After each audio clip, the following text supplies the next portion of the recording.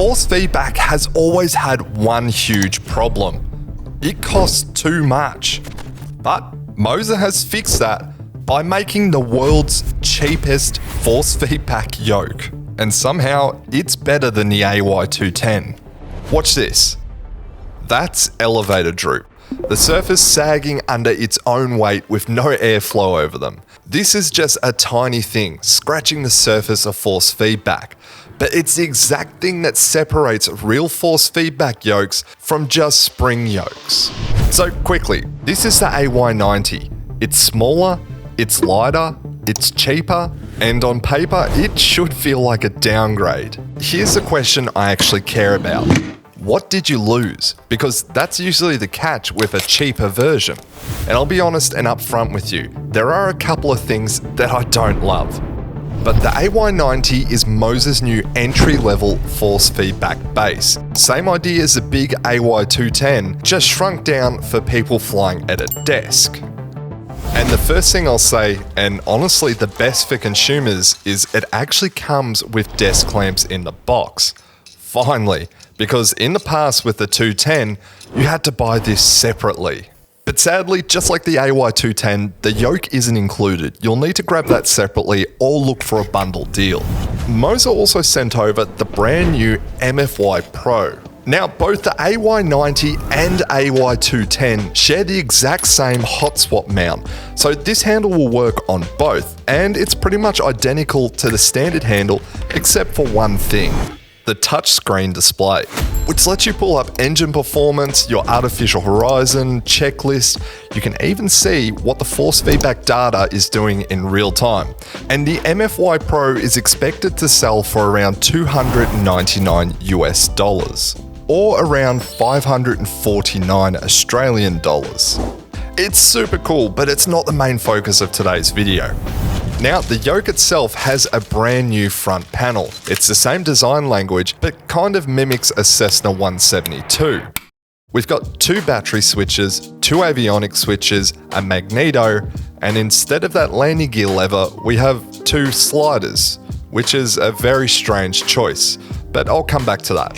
And it has full RGB if that's your thing. Now, the numbers. This has 95 millimeters of pitch travel, which against the 210, that's 150. So that's just under half the travel distance. And in terms of peak torque, that's 90 newton meters against 210, then rolls about 4.2 against 9. So in theory, this makes it a much weaker yoke, which is exactly why what happened next confused me, because this is supposed to have half the power of the AY210, and I've flown both back to back and I could not feel the gap. And I honestly thought I'd notice the pitch travel a bit more, but it somehow feels natural. Now don't get me wrong, it is a noticeable difference because going from 150 mil of travel down to 95 is noticeable. But is it enough to stop me from using it? Definitely not, because in the MOZA software, you can actually configure the axis so you can have different curves to it, which means you can have this as sensitive as you want or make it as numb as you want. But let's touch on the effects and what you can actually do with this yoke, because if you've never seen force feedback before, you don't understand what you're missing out. Now, force feedback in Flight Simulator is a little funny because it's not natively supported. So MOZA uses something called telemetry, which essentially means it's reading all the data from Flight Sim and making its own force feedback for you, at least until we can get native force feedback support. But what does force feedback actually look like other than elevator droop? MOZA's force feedback simulates everything from ground rumble, wind simulation, turbulence, stalls, engine vibrations, everything you can imagine. So, as an example, let's take this Cessna off-roading and see what happens to the yoke. As you can see, it starts reacting to the ground, and it's not subtle, it's noticeable. But the good thing is, all of these effects are completely customizable in the MOZA app. And when I say customizable, you can change literally everything about them. You can change the intensity, when they come on, how much of a difference there has to be for it to come on. There's so much to change here. But it's not just about vibrations or ground effects, because most of the magic happens up in the air. One of the first things you'll notice is you can actually feel wind. With a traditional yoke, this is something you could never feel. You could never get a grasp for it. But now you've got force feedback, you can actually feel the wind gusting and pushing the aircraft around. Not only that, but the control surfaces will dynamically change based on the wind conditions and what the aircraft is doing. So if you're flying into a lot of wind, the controls will become very heavy because there's a lot of resistance. But if you stall the aircraft, the controls will go completely limp because there is no airflow. You can pull the yoke back and it will stay there, at least until you get airflow again. And then we've got some really cool features, like the autopilot following. You would have seen this plenty of times in flight sim, but when you turn on the autopilot, you'll notice in some aircraft, your yoke will actually turn to follow what the autopilot is doing. And this yoke will do the exact same. It will turn and follow the exact same way that it does in the simulator. And yes, it's gimmicky, but it's really cool. On top of that, it also has hardware trim. And trimming is one of the biggest things for force feedback because with a normal traditional yoke, again, you can't feel resistance. But now with force feedback, you can trim an aircraft out perfectly because now you can dynamically feel how much resistance and pressure is on the yoke.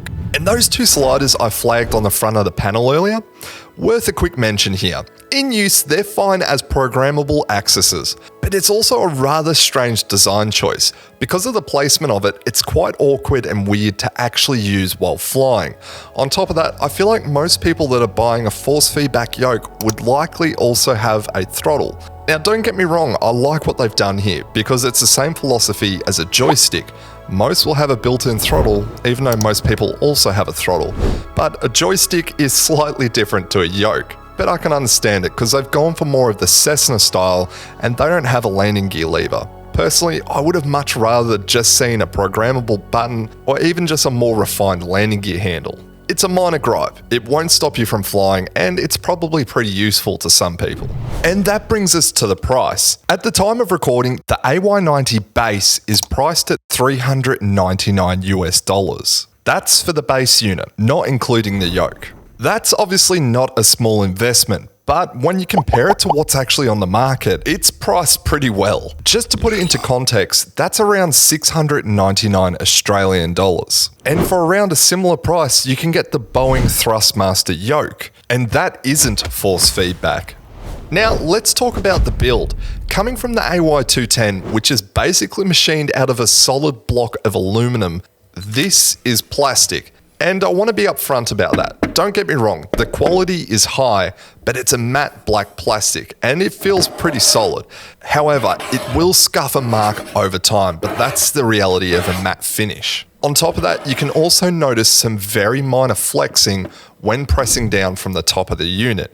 Now, I have to be pressing pretty hard to get this kind of a flex, and it's only very minor. And again, it makes sense because what saves it is the weight.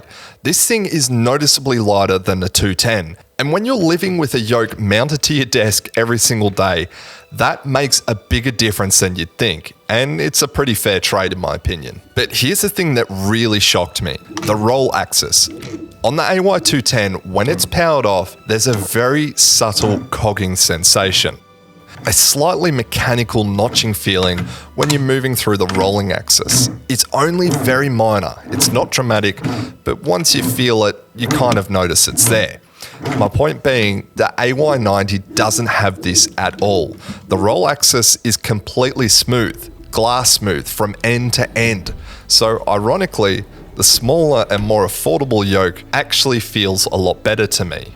The only thing I'd like to see improved is the MFY Pro, and that's purely just adding community support. Let people make their own widgets and apps for this display. That would increase the value of this thing tenfold. But at the moment, all the features that it has, you don't particularly need, at least in my opinion. So is the AY90 actually worth it then? Yes. Without a doubt, the fact that you can get a force feedback yoke that's more compact, easier to use and easier to live with, and get the exact same experience as a more expensive, more powerful AY210 is just mind-blowing to me. The real question in my mind is, why would you buy the AY210 over this? Now sure, if you have a home cockpit and you need that raw peak torque power, then yeah, it makes sense. But if you're looking for a force feedback yoke that can do a bit of everything, then this is the one. But a huge thanks again to MOZA for sending this out, and I just want to quickly clarify something. This video is not sponsored by anyone, nor is anyone paying me, and I'm allowed to speak freely. But more importantly, thank you for watching. If you enjoyed the video, make sure to hit like, get subscribed, and until next time, I'll catch you then.